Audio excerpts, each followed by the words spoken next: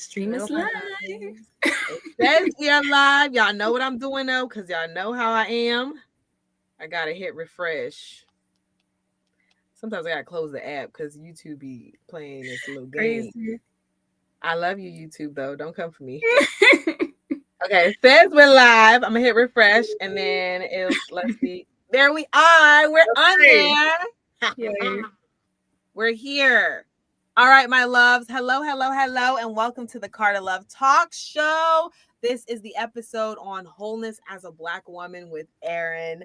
I'm super, super, super excited. Before we dive in, though, make sure you like, subscribe, and hit that little bell so you can be notified every time we post a video here on the Carter Love Network. It's coming, y'all. The network. I'm already subscribed myself. Yes. All right. So y'all know how we do. We like to start off with how we met. Okay. So y'all know me. I'm a big online networker. So most of the people who have come on this talk show, I have not met in person. Luckily, I've met Erin in a Instagram. We met in an Instagram group for just like influencers and just influencers, content creators. Mm-hmm. So we met in there. We were vibing. She was one of my first customers when I relaunched my oil collection. She was one of my very first customers. I absolutely love the coffee like scrub, so good, and then the hair oil. I love it so much. So excited. So she was one of my very first customers. I was so thrilled. And then I had a mixer at Tap Wine Lounge in Sacramento, and we were able to meet in person. I actually thought that you lived in Sacramento. Like I know, because I do a lot of work in Sacramento. Like the vendor community, like all the small businesses, a lot of them that I know, they're all in Sacramento. The models that I work with, photographers, studios, they're all in Sacramento. Designers, they're all in Sacramento. So I do more work there than I do here in Vallejo. So a lot of people think that that's where I live. But no, I'm out here in the Bay Area. You know what I'm saying? I say I commute to work. That's what I tell people. Like, that's my commute. This is my home. This is where I recover and relax. But yeah, so that's how me and Erin met. And I'm so excited to have her on the show. So actually, before we dove into getting to know each other, like, you know, she was supporting my posts. I was seeing her fitness posts and I was liking them, but then she started posting informational posts. And I'm a girly with PCOS, so I have a hormone imbalance, and she was talking a lot about that on her page. I said, you know what, you gotta come on the show. You gotta come. So here she is.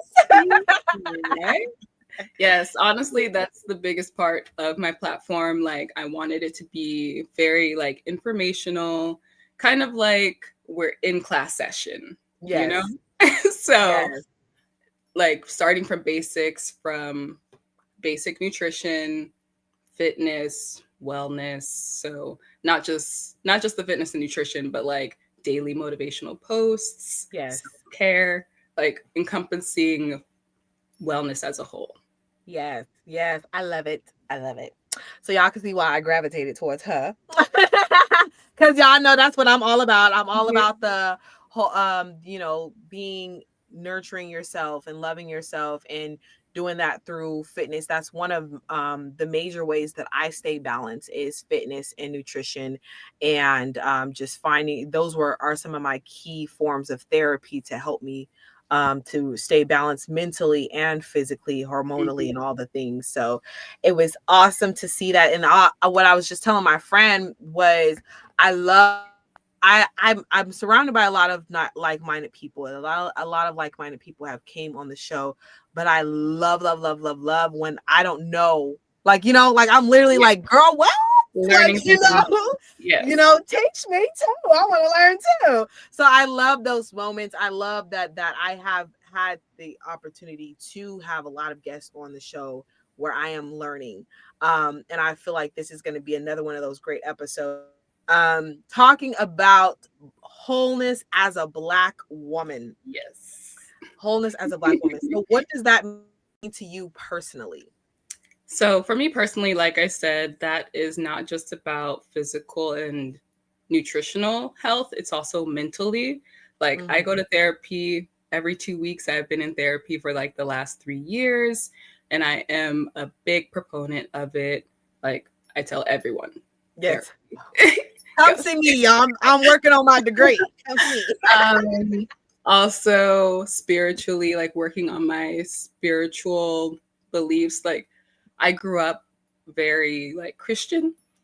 And even if you don't believe in God, I do, but like I feel like you need to believe in something, a higher power, because that's that anchor that's gonna keep you going. And it's not even just those things, it's the small things too, like showing up authentically yourself, not shrinking yourself for other people. That's really, really huge for me. And like speaking your truth. Yes. Yes. And that's one of the greatest things that that I'm learning on my path. You know, people always say consistency is key. Consistency is key. It And is. that's It is. true. It's very true. But I know me, sometimes when I get off, I get frustrated with myself. But what I've learned is what the to shift my consistency and make sure that I'm consistently being me, right? Mhm. Being Yeah. consistent with being authentic to myself, being consistent with being honest with myself, trusting myself, loving myself, and then everything else is going to Falls fall in into place. place. You know what I Yeah. mean? Yeah. Because I can work out consistently and that's awesome, but sometimes we need rest, right? You know what I mean? And sometimes we have to listen to our bodies and you know, but if we're like so stuck on this like rigid routine, you know, Mhm. we're not paying attention to what our intuition is telling Is us or what telling our us, body. yes. And you get that burnout. So Yes. that's a big thing too, like learning to rest. Yes. A lot of times as Black women, especially, I feel like we're always go, go, go. Yeah. And Yeah. there's this like not misconception, but there is this like stigma of like resting, like it's seen as lazy. Mhm. Mhm. And that's one thing that like I really had to shift, because Yes. it's not being lazy, it's taking care of you. Mhm. Yeah. Yeah. Shifting it into a form of self-care and not a form of slacking off on your Mhm. goal or yeah. I love that. And that kind of goes right into, you know, positive reframing and how you have utilized that in your own life, but also Mhm. how have you utilized that to serve other women? Well, for me, like I used to be a very glass half empty type of person. I'm Um, still that way. it really, it took a lot of positive reframing. Yeah. Sometimes I'm like, girl, you really are like a pessimistic. Like, what's going on? Well, such a positive person, you're pessimistic. Right? I know, same, really. But therapy helps so much for me. One of the biggest things helping that shift was like practicing gratitude. It may Mm-hmm. seem so simple, Yeah. but it is huge Yeah. because That's one of the first things my therapist told me to do. Mhm.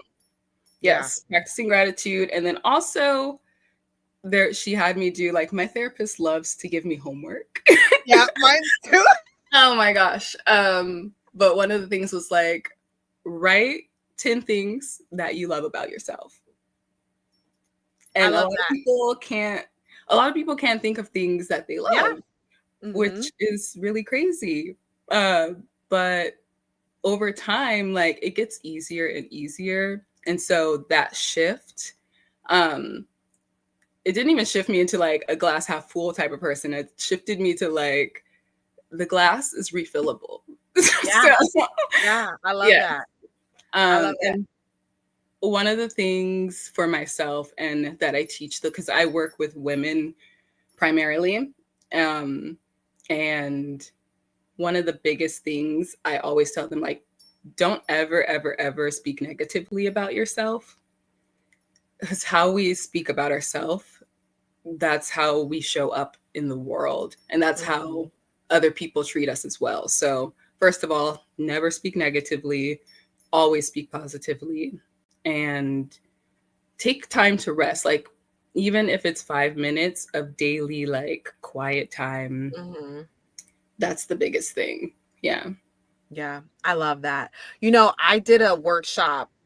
It was a month-long workshop with a group of women, and that was their assignment. Every day they had to write 3 things they love about themselves, and they couldn't repeat.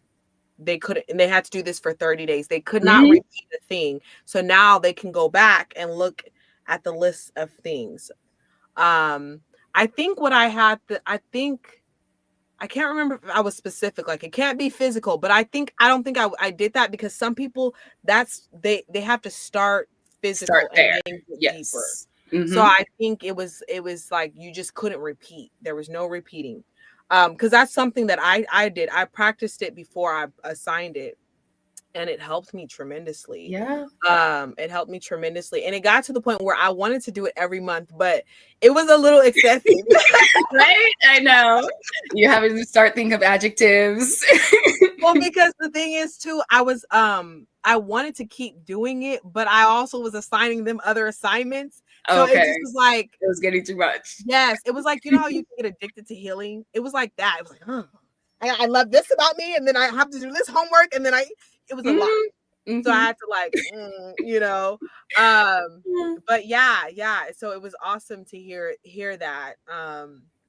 It's a powerful thing, and so I only ended up having 2 people in that group, and so I got really good feedback from them, and I wanted to continue the practice. But just for those of you who are listening right now, you have 2 people here who have done that and seen how powerful it was. And try not to repeat. Same thing with the gratitude. My Yeah, therapist, 3 repeat. things. And I used to have my students do it. I'm like, you can't repeat. You can't repeat.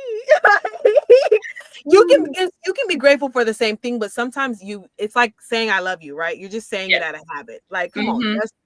let's find something new. Like, now I can understand if you say I'm grateful for breath one day, but then the next day you almost got in a car accident or Right? something. Like, Then I'm you're really grateful for breath. Like, you know what I mean?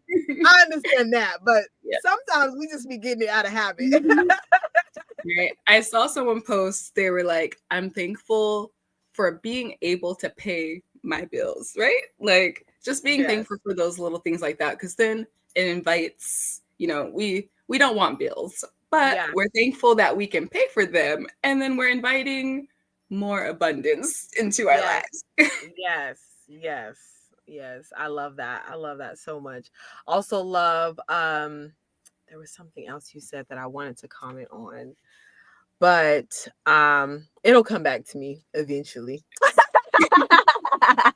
If it's important, it will come back. It will come back eventually, but those are powerful tools. Oh, the positive self-talk. Mm-hmm. Um Positive self-talk, like you said, is for sure a powerful thing. And what Yes. helped me was affirmations, because I Mm-hmm. didn't have the words. In my mind, mentally, I really believed these negative things, and this negative tone was okay. Affirmations helped me a lot, because that changed it. Saying the affirmations out loud, hearing myself say them, it really shifted the way I speak. So Yeah. any of the posts that I post, that's how I speak to myself. And then Mm-hmm. now I'm gifting that To to other people. other people. Yes. Hmm. Yeah, the brain is literally a muscle. And so we have to rewire it. And Yes. that inner dialogue, it's not always ourselves. It's what society has said about us, Hmm. what family has said about us, it's what Yes. the people we surround ourselves has Hmm. said, or just not even about us. It could just be things that they've said in general. Hmm. And so About women, about Black women. yes, and you start to take that on. But we have to realize that that is not us. Hmm. Yeah. Yeah. Yeah. I love that, because that's how it was for me. Like, I'm like, this ain't even your voice, honey. This is somebody else's voice telling you these Mhm. things. This is guilt and shame and trauma telling you these things. Exactly. And so I had to make my voice louder, and affirmations did that for me. Yes. Affirmations did that for me tremendously.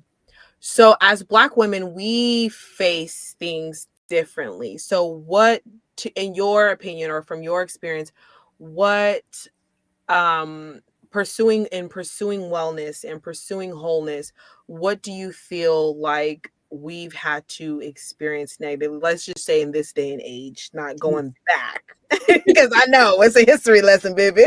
Oh, gosh. Where do I even start? Well, first of all, Black women tend to be the most discriminated against in healthcare. Specifically, we die the most of strokes and cardiovascular disease. We have so much stress placed upon us, and a lot of times it's not taken seriously. I'll give a personal example for myself. It was around the pandemic times, and I was having just some weird, crazy symptoms. Um, like sudden weight gain, like severe acne. I was having like some breast discharge, like a bunch of crazy random things. And so it took a whole year of me pestering my doctor for them to finally take me serious. Yeah. Get an MRI, get a CT scan, like what's going on. Yeah. And it turned out that I had a pituitary tumor wreaking havoc on my hormones. Wow. Thankfully, it was not cancerous, but the Yes. fact that it took a whole year for them to figure that out Yeah.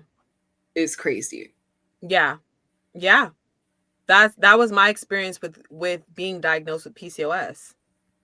Like I was experiencing symptoms very early on, went to the doctor in high school. And I was concerned about my missing periods.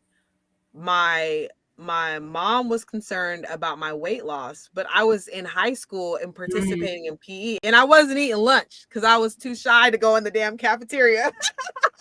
Yeah. That's So a huge I thing knew why I too. lost the weight. Yeah.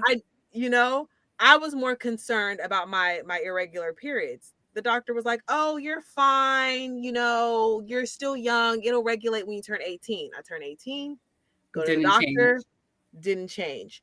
They put me on birth control. They're like, "Oh, we'll regulate it. You just have irregular period syndrome. We'll regulate it that way."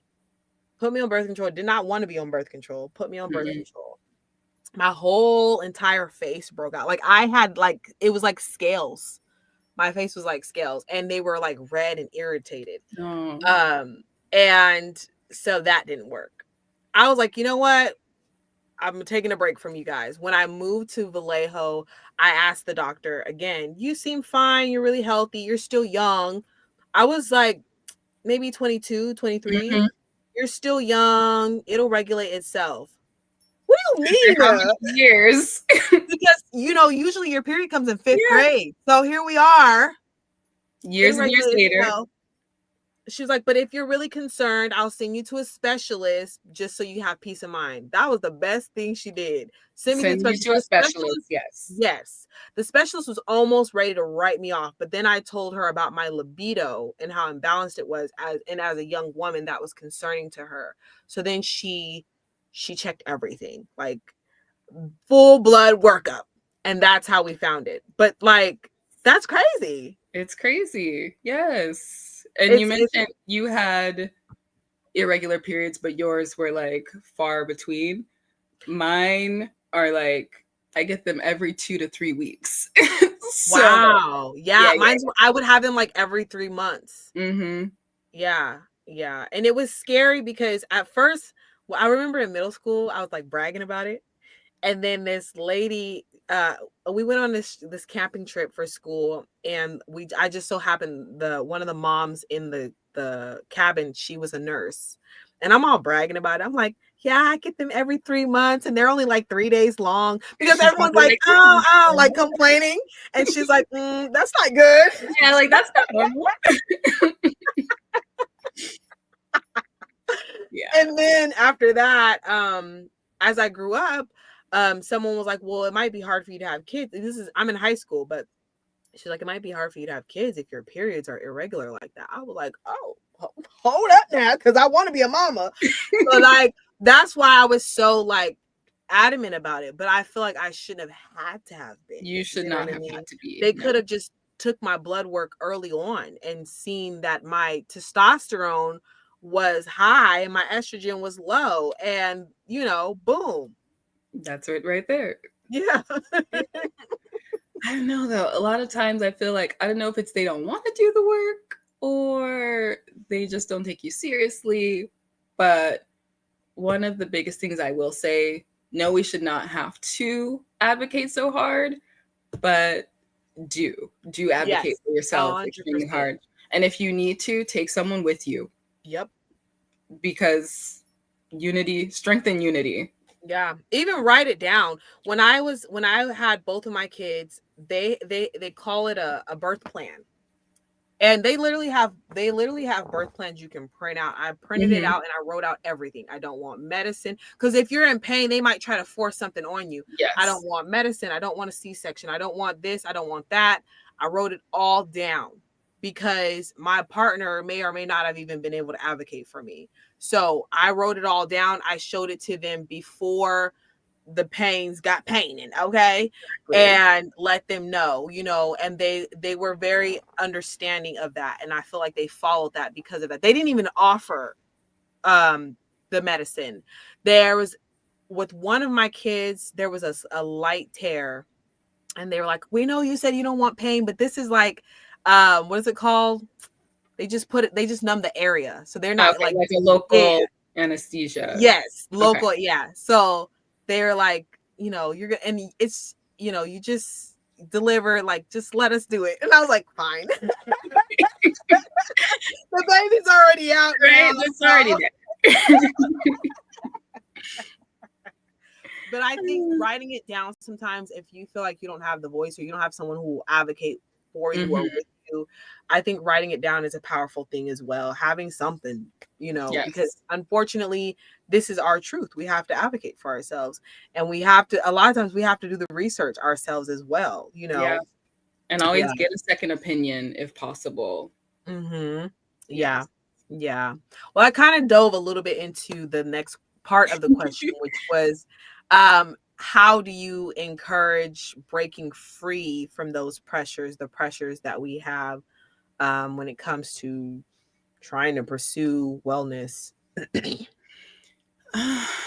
How would the pressures, trying to break through the pressures of like, Just trying to, like, what would you advise to someone who is experiencing this different pressures, like, because we do have pressures as well. Like, one, we have to advocate for ourselves when it comes to yeah. wellness, but in other areas too, because of like high blood pressure, high diabetes rates, and those kind of things. Also, we wear weight differently, you know what I mean? So We like do. there's all these different We do. pressures, Yeah. that Black women have. Also, like you said, the stress level, right? We are expected to balance a bunch of things. I've literally had African American men tell me, well, you're a Black woman, like, it's what you're made to do. I'm like, well, is it what I'm made to do? I that's so hard for myself. I'm like, I renounce the strong Black woman, Yeah, I yeah, renounce it. I don't want it. Like, allow yourself, if possible, to be soft. Like, yeah. to be soft, accept help.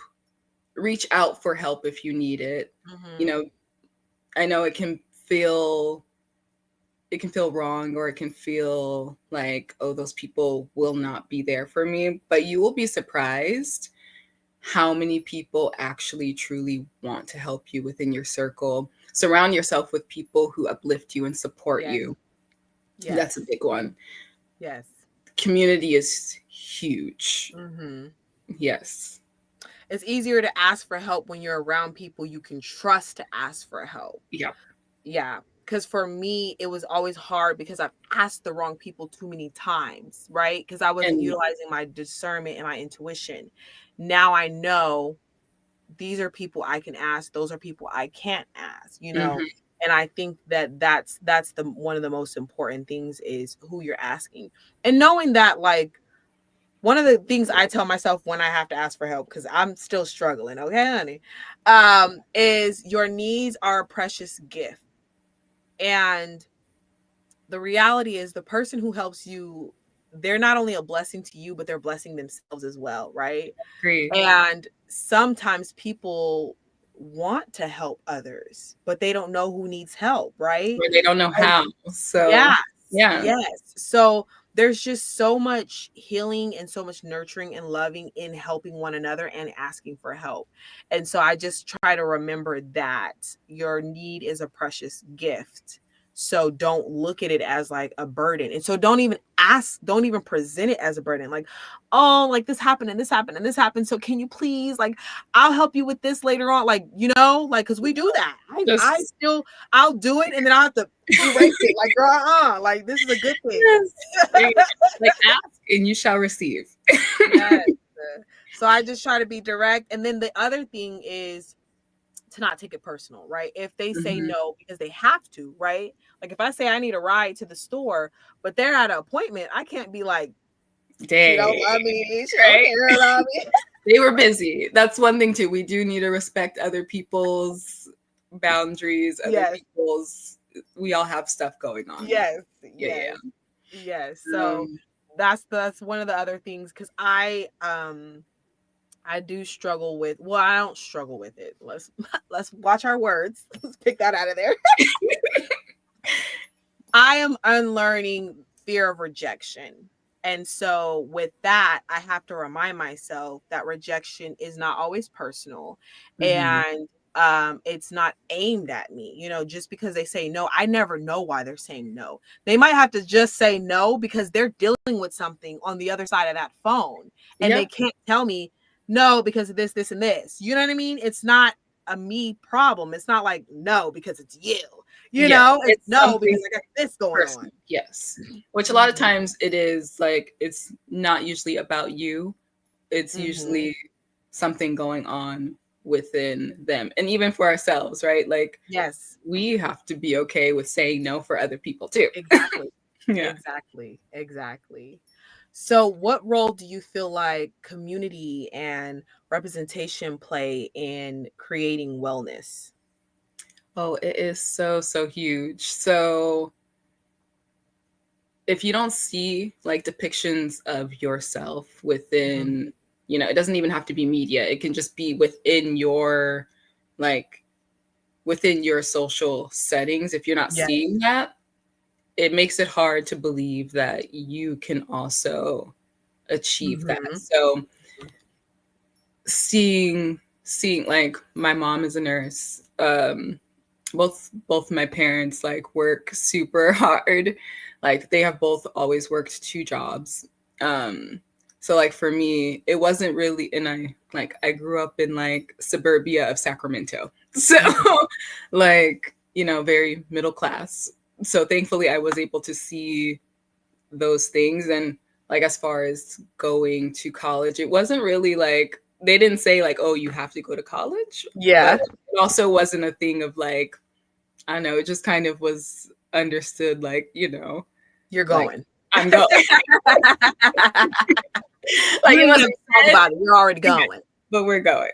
So, but while going to college, like I really didn't see enough Black people like within my fields, which is, really, really sad. So like for me, part of me, the reason why I got into this is so that like maybe someone else can see like, oh yay, like look at that Black woman doing her thing, so that they can do that as well. Yes. I love that too, because that's one of the things that I hear a lot is we need more Black therapists. That's what I hear when I tell people what I'm going to school for. And I just never realized how great of a need there was, especially because my therapist is she's Hispanic and Caucasian. She's mixed. But of course, usually when you're mixed, because you get treated like the minority side, you kind of more identify with the minority side. Yeah. And so she more so identifies with her Hispanic side. And she's an older woman, so she's pretty well rounded. So we don't really have an issue when it comes to, there's not really a barrier. Every now and then I have to like, drop something in there. Like, for example, in our culture, anytime you talk back is disrespectful, even if you speak some truth, you know, or how there's a lot of shame in the parenting and also in um the religious aspect of things when it comes to teaching. That's how they teach. They shame you into, you know, sometimes it's not even what they're saying is wrong, it's just how they're saying it is How they're shame. saying it, yes. Yeah.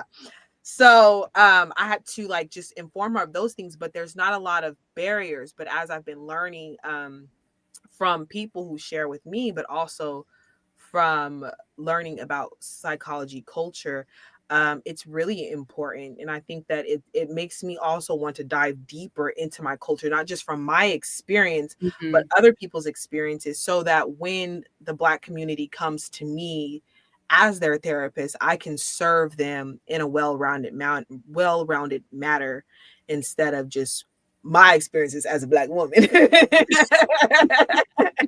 I completely my experience ain't theirs. I really thought that, like, when I was looking for a therapist, you can't believe how hard it was to find a Black woman, because that was my criteria.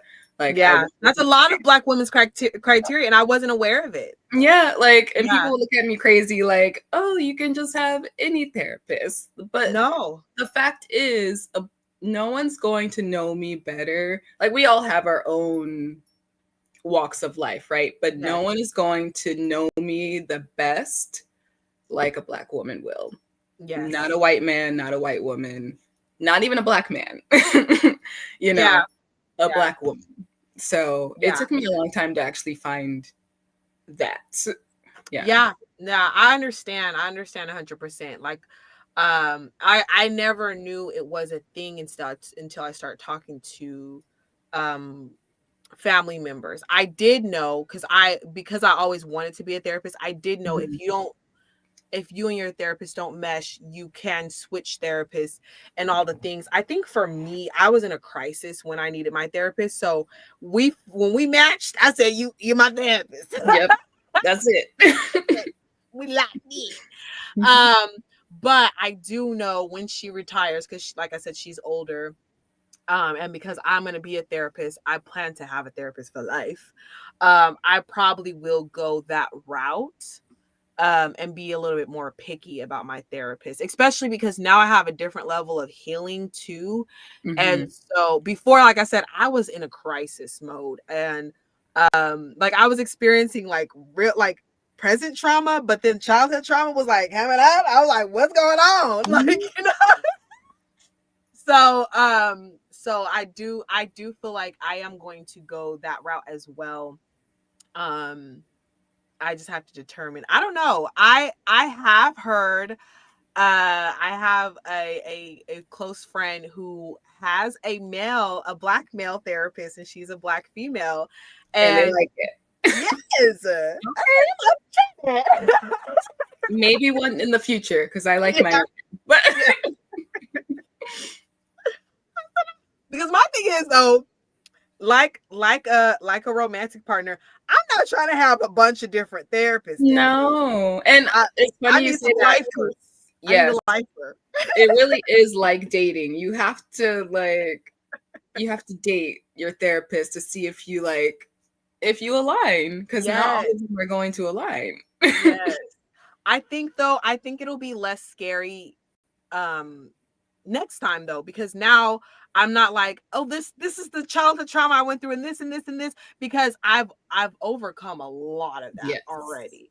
So I think it'll be easier for me to be like, okay, let's see. Okay, no, you're not a fit. That's okay though. You're still a great guy. Oh, yes, it gets easier. I think it'll be easier. I think I might still have like at least another year or two with my therapist, and then after that, I'm gonna have to go on a hunt. Yeah. But yeah. So you guys date your therapist, and not in the way that you're thinking. But no, there's always so much growing and evolving that is to be done. You know. Yeah. Yes. I know, this is kind of not our topic, but there's people who feel like therapy should have an end date. the form of therapy that Mhm. we're referring to, not like, because fitness can be therapy, dance can be therapy, all the Yeah. things, right? Mhm. But the therapy that we are referring to, and outside of, like I said, me being a psychologist, I need to have a therapist, period. Like, as long as I'm being a psychiatrist or a therapist, I need to have one. But removing that, there are people who feel like there should be an end date. What is your thought on that? I do. I'm gonna say I agree with that. Like at some point, like you should have the tools Mm-hmm.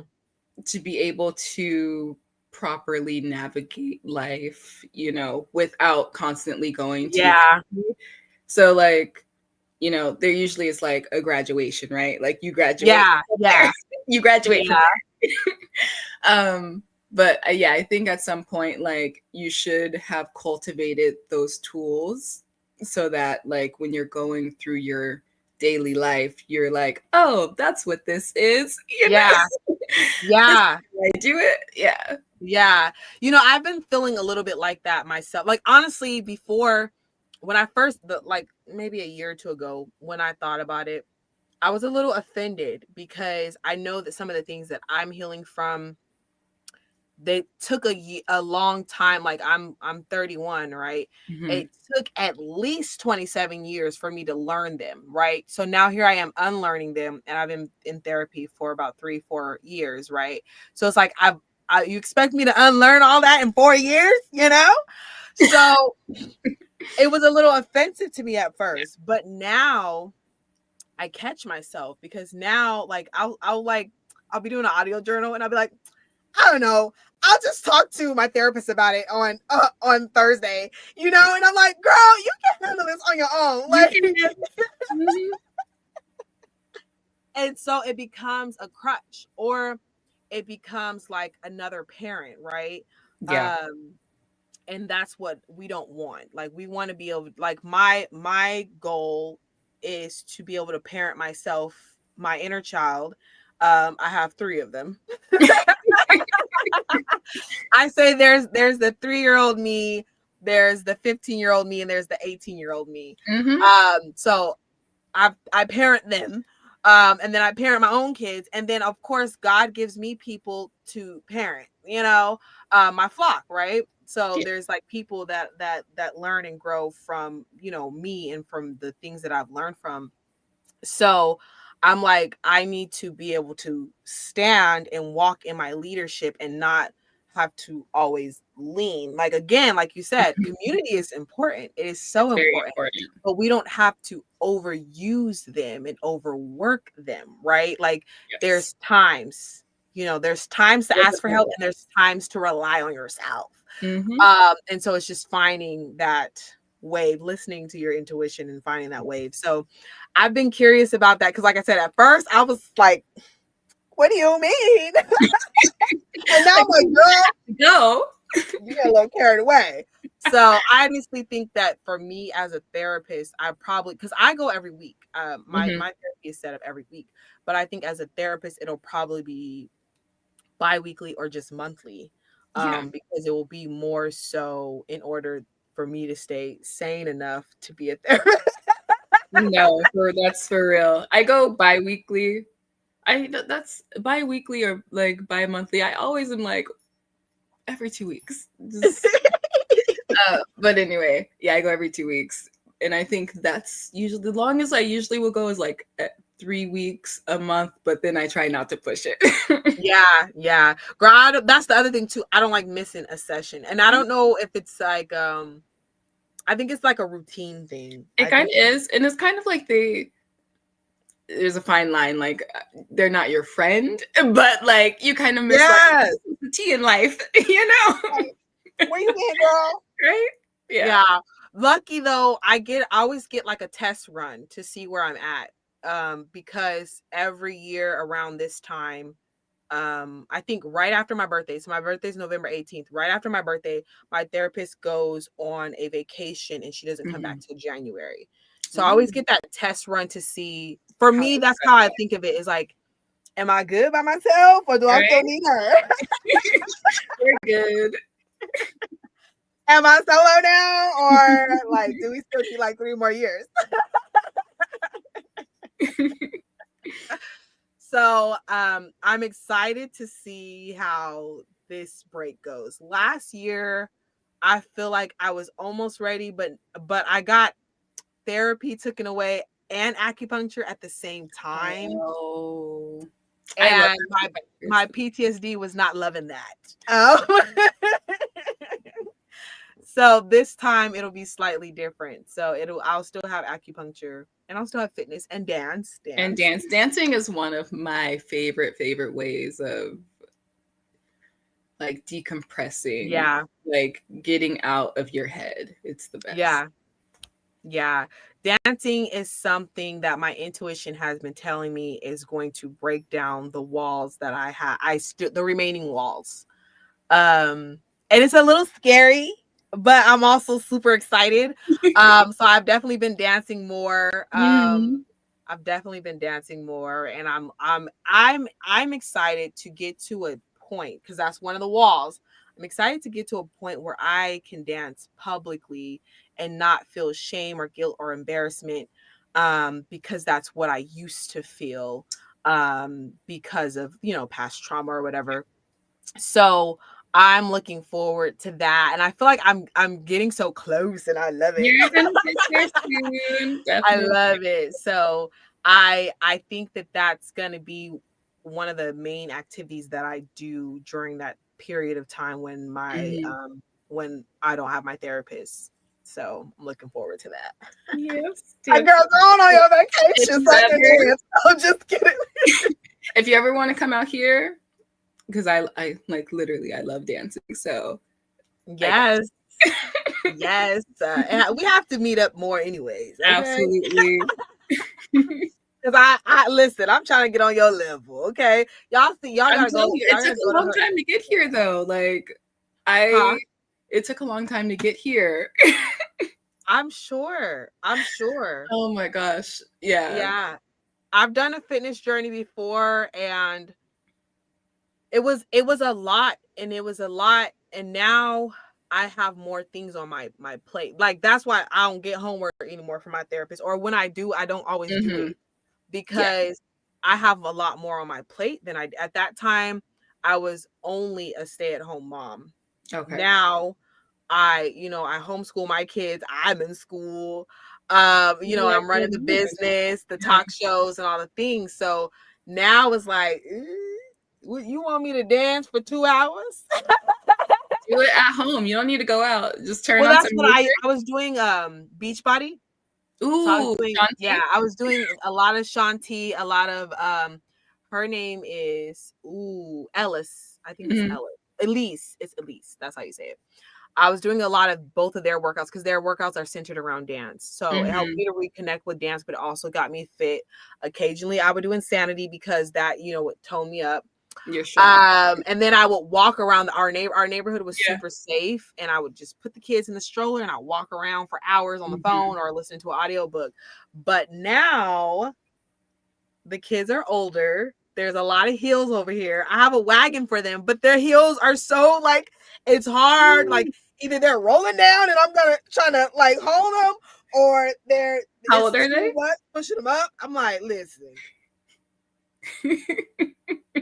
So I've been going to the gym at 5 a.m. doing the treadmill. I don't like the treadmill, but I've been seeing progress, so I'm here for it. Because I've never lost weight in my lower stomach. Okay. Everywhere else, my legs, my arms, my face, everything slims down, but my lower stomach doesn't. So between fasting and doing the treadmill on incline 15 or 12. Yes, that's my favorite. At an incline, 3.5 miles an hour. Yeah, I'm trying to work my way back to the 3. I was at 3, but I lost a lot of my stamina when I switched to a plant-based diet. So now I'm back on meat, unfortunately. But you have to do what's best for your body. Yes. So I'm like, I love the little animals, but my body is suffering because I was exhausted, girl. I would go for a workout, and I would get my good amount of sleep. I would go for a workout, and then I want to crawl back into bed. Oh, You know, workouts usually yeah. give me energy. I'm like Energy fired up. up, ready for the day. No, I was ready to go back to bed. Then I would take a nap, and then I would still be tired. I said, girl, nah, we're not doing this no more. You got So you kids, added back you got in. business to run, you got things to do. I feel you. I was vegan for a year. Like it was a slow progression for me. So like Yeah. after high school, I cut out beef, I cut out pork. And then I slowly cut out like chicken, turkey, all that. Mm-hmm. And then I went vegan. That lasted about a good 2 weeks because I wasn't. You have to be prepared. Yeah. Like you have to be creative. You have to have money. Baby. So yeah, that didn't work. And then a little bit later, I was vegan for about a whole year, but then I went to Nigeria and it's just not sustainable to Yeah. be vegan because everything has some type of like meat, or at the very least it has fish. So I added fish back in, and so I've just been pescatarian like since Yeah, see, that's what I was going for. I was going for pescatarian when I started back. I only, honestly, it's only been like maybe a week or two, maybe 2 weeks. I started back with seafood, but then I talked to my OBGYN because I was on a 55-day cycle. Ooh. And that's the second time that happened this year. That has, ever since I found out I had PCOS and I changed my diet and my workout, I've been consistent. I may have missed 1 month out of the whole year, but my cycle has been consistent. That was the second time that happened. And she was like, yes, she was like, meat is very important for your insulin. I said, well, dang, I didn't know that. Because I have insulin resistance and I got the hormone imbalance. I said, well, dang. I said, you know what? All the meats is being added back in because I just can't. I'm like, I'm already managing my mental health, my physical health, my business. I said, I can't. I just, No, you can't when be I'm living managing off my your land, physical when I health have too. my ranch, my 7-bedroom ranch, then we can go back. Yes. Until then, I'm going to be right here eating that meat. Again, you have to listen to your body. Yes. Yeah. I need to come out there and do weights with you though, because I need to tell them. Do. Guys, look at her arms. Do you like them? Yes. Actually, so I used to be so though. picky about them. I remember seeing Angela Bassett growing up. And I'm like, her arms are so muscular. And I'm like, I don't know how I feel about that. And now that I'm older, I'm like, I want her arms. I need her arms. Now that I'm older, I'm like, I know how I feel about it now. I want her arms. Okay. So beautiful. That's my goal. Yeah. I want her arms, and I want to keep working on the lower glute. Okay. Yes. That was the glute. That too. No, listen, that's the unconscious mind slipping in there. Right. I think it's funny you say that, but that's honestly, like, again, another thing we as Black women, like, it's kind of a thing, Yeah. There's a lot of pressures. Like you don't want auntie arms and no booty. Auntie arms, dude, it's a lot. There's a lot. But again, I'm grateful for affirmations because that's how my healing journey started. I wrote on a shirt, love your body every step of the journey. That's how my clothing brand started because I needed that. I needed that constant reminder to love my body, whether I'm pregnant or not, whether I'm postpartum, whether my baby is 5 months old now. You know what I mean? Like, no matter what stage of life I'm in, love your body. Love your body. And speak nicely to it. Yes. And you can love it and still want to improve it. Exactly. And I think that's what they have a hard time putting those in the same category. I love my body right now, 100%. But like I said, y'all, I want them Angela Bassett arms. Okay, you're gonna get them. Well, I love that you said that though, because I will literally, like, I will rub my belly and I will be like, it's okay. You're just doing your job. Yes. Yes. I do that too. I like to do the heart like this on my tummy. and on my lower abdomen too, because I am a sister now. I've always had polycystic ovarian syndrome, but now I actually have cysts on my ovaries. When I was first diagnosed, I never had them. And so I always just kind of love on my body, and just I thank my body too, because even though I stress her out, she still be doing rocking her with me. job. She You is know, she still get me from here to there and everywhere. Yes. And I be pushing her, okay? Because my legs hurt right now from a workout I did yesterday. Oh, make sure to always keep moving though. Like you don't want to stay That's what I've been stagnant. doing, because anytime I slowed down today, my legs, I was like barely able to walk. I said, we're gonna stretch this out real quick. You gotta stretch it out. Yes. So I'm grateful for that. I'm grateful for that. And I definitely have to come visit so we can dance and do some weights and all the things. Yes, please. But what I'm loving that I'm hearing is that we have a deep connection with ourselves and with our bodies and our minds. And so for a woman out there listening, or anybody out there listening who feels disconnected from themselves right now, what is one tip you can give them to feel more reconnected with themselves? One tip. So what I do for myself is go back to the things that brought you joy when you were little, you know? Yeah. So for me, that is art. Yes. I love, love, love art.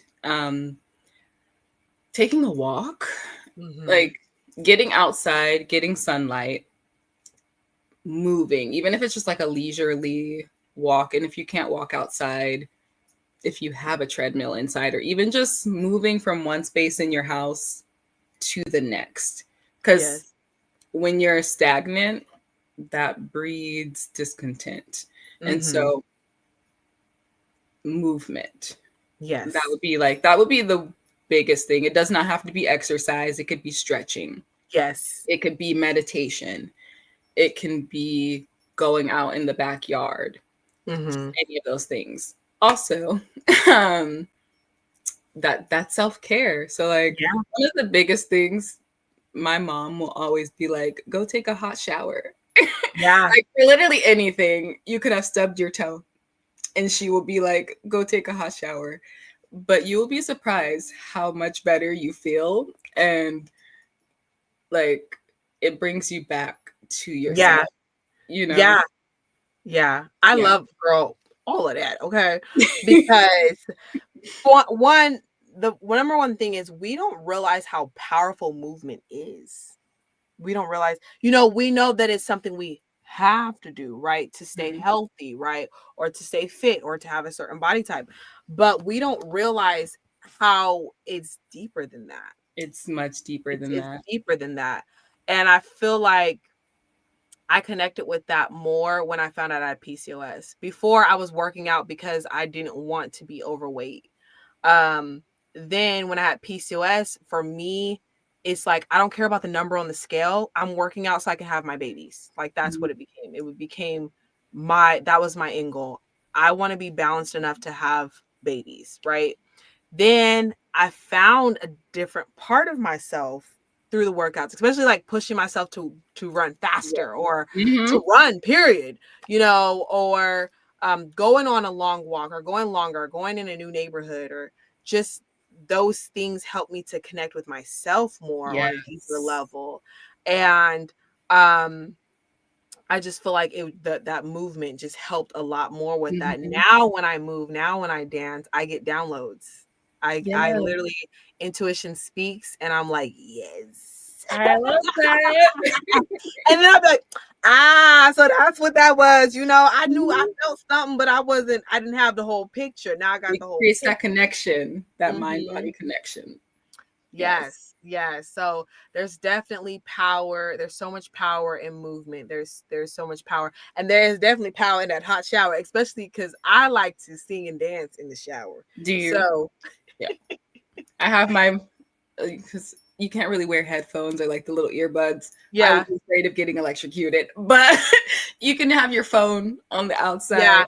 I do both. Honestly, I was the same way at first, but one time I accidentally wore them in there, and I was like, no.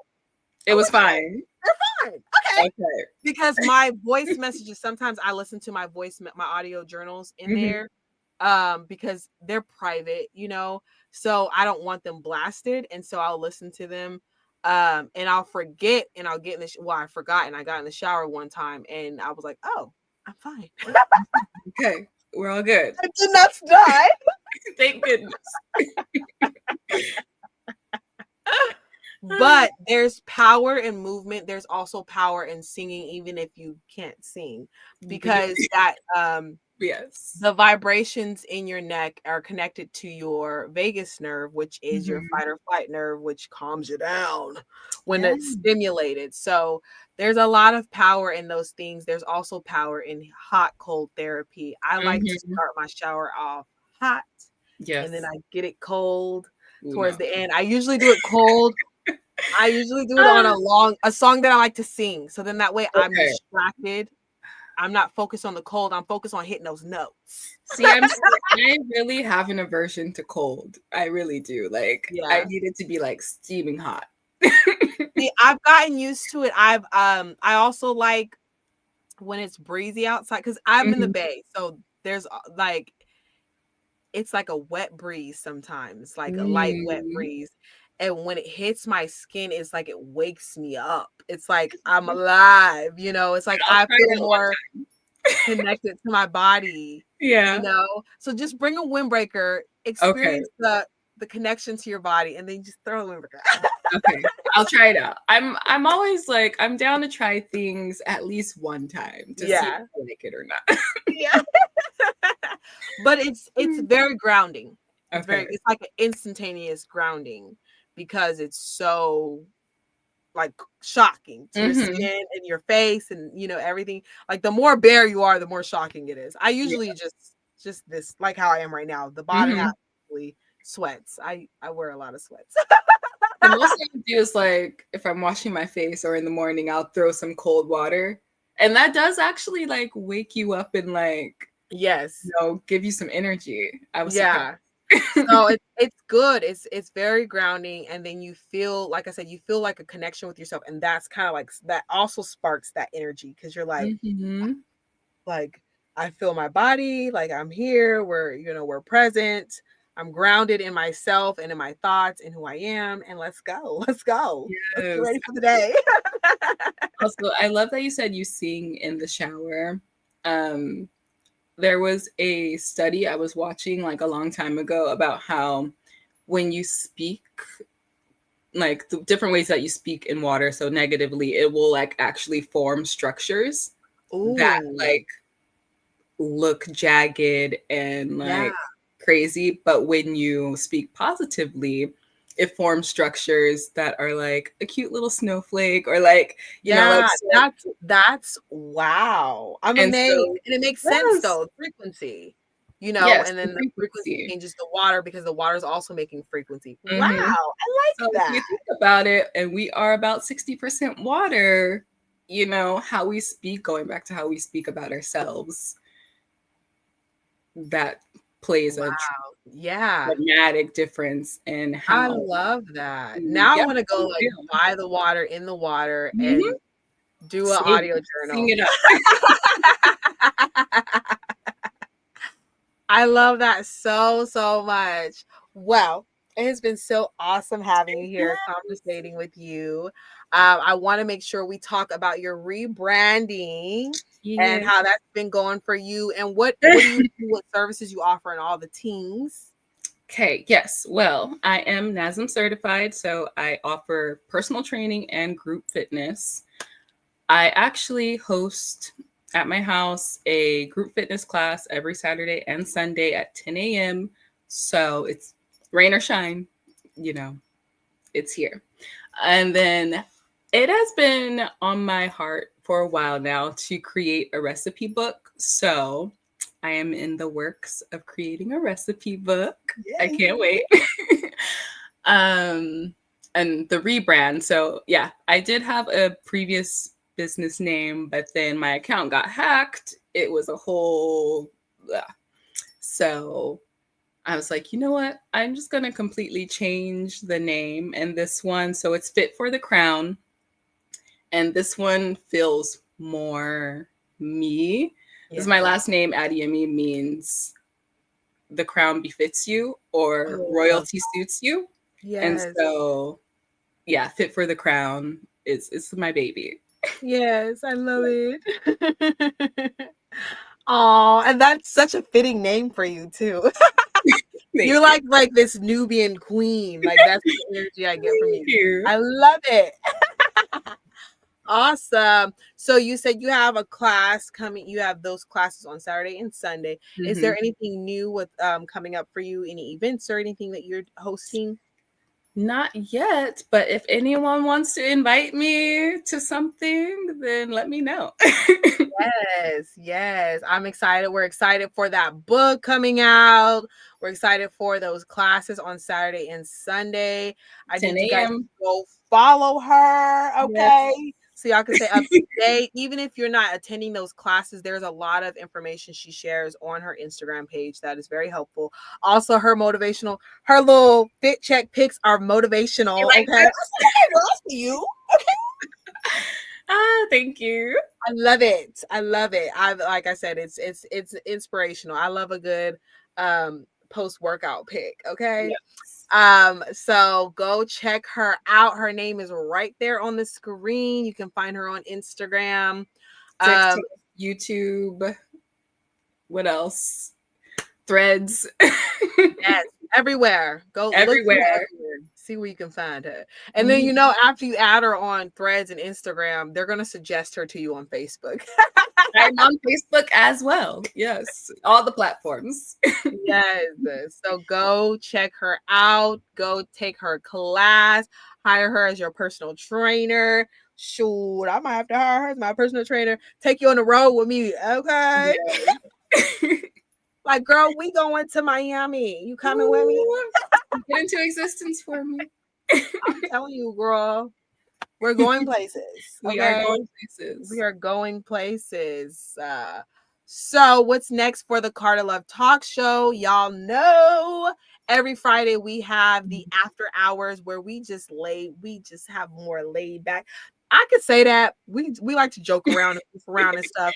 It's not completely structured, but lately, y'all, Yeah. we've been having some deep conversations I on love there. Okay. this. Episode 6, we talked about the friend zone. That Ooh. conversation got deep. That conversation got deep. I don't know if I Um, could put in the friend zone, but I put some people in the friend zone. ooh, she said what she said. She gonna have to come on. She gonna have to come on the Friday night show. Y'all like this post if y'all want her to come on the Friday night.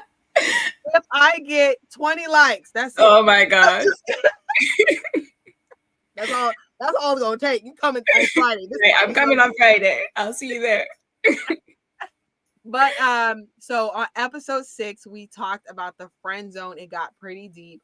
The last episode, we talked about my long list, my long standards list. And Oh, I have one too, girl. It's about 60 things on there. I had over 50, but girl, you gotta watch the episode. I have to watch it. I mean, I think that's Just watch the episode. I said I feel very exposed right now because it was that episode was just me and a male, and we have like maybe a 10-year gap. Like he's older, I'm younger. So it was like I was being taught, okay? And it was a little different for me because I'm pretty wise for my age. So yeah. I was like, okay. But the after hours episode, you never know what to expect. Okay. It's awesome though. I love it. The conversation is great. And then we also take comments and questions from the audience. So people come, we always say, bring your questions, your drink, and your food because that's the only time I allow myself to drink unless I'm out socially. So I have my little margarita drink that I like. So that's Friday night, 7 p.m. Pacific Standard Time. Okay. And guys, November is coming. And I promised you guys that in November, we would bring back the Beautifully Imbalanced Talk Show, which was the very first podcast that I ever hosted. And that one is strictly me Mm-hmm. We dive deeper into my history, the things that I've overcome, and how I've overcame them, the different um, types of therapy that I utilize to help that. And so yes, I covered a lot of that previously. Now we're building on that because I've of course evolved Yeah. over the time.